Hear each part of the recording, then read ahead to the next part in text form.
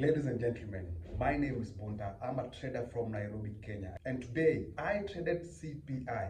And in a minute, I'm going to jump in the chart and show you how I got that beautiful sell on USD JPY. If it's your first time here, I document my trading journey in this beautiful channel so you know what to do. Let's jump in the chart and I'm going to show you how I got that beautiful sell on USD JPY. Never complicate a setup.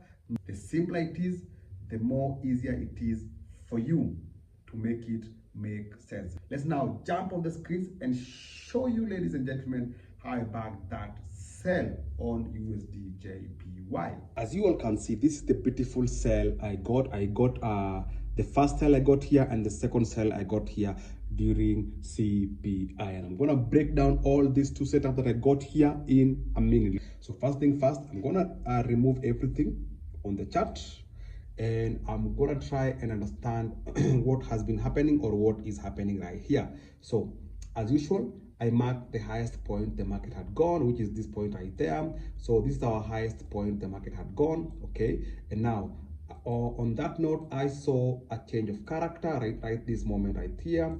That was our first change of character, and I marked as a change of character. And this high right here caused a break of a low. This character here, this is the highest point and this is the lowest point. So the market took out this low, forming a change of character. Then I can use a Fibonacci or I can just mark my supply level like so. Okay, so I used a Fibonacci right there, and this is the level they were respecting, but also I mark this level as my supply level because this high right here took out a low. So what I do is I mark my level like this one right there. So that's the level I was looking at. And now the market came down, okay, and took out that next low, this new low right here, and it formed a break of structure, okay, forming a break of structure. And now this high here caused a break of this low, so I was expecting the market to pull back again. So I used a Fibonacci from this level right here to this lower side right there, and I marked my 78% is where I expect the market to react from. And also I marked that level as my supply level, which is this level right here, that being the high that took out a low, and I saw the market was respecting that level. The market was respecting that level. Okay, so the market respected that level and I got my first sales. Okay, I got my first sales on Monday. That is, I got my first sale right this point right there. So I always target 1:5 because I'm a prop firm trader. So mostly I risk 1% to get 5%. So usually I target 1:5, and we got our 1:5 right at that moment right there. So what happened again? The market always repeats itself. The good thing about forex trading, it's always repeat itself. Okay, so what happened right there? So we had another break of a structure right here.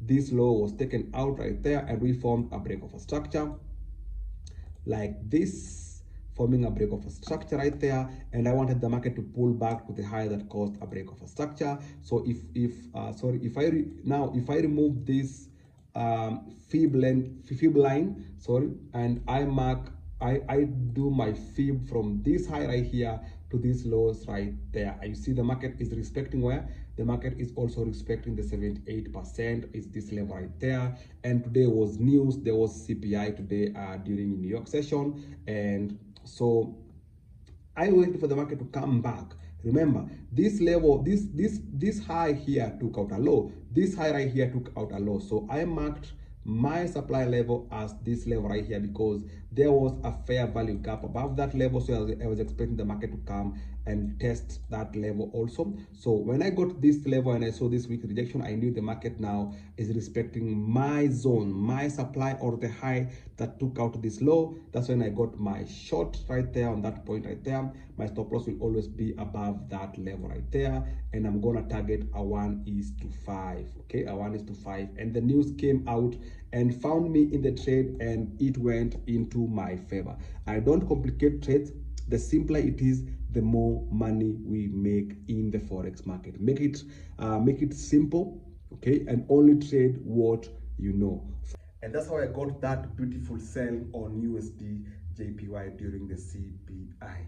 Remember to subscribe and follow me. There is a link for Telegram. I have a free Telegram community. Join that link right there. Subscribe me, take me to 2,000 subscribers. And right now, I'm going to hold a class on Google Meet.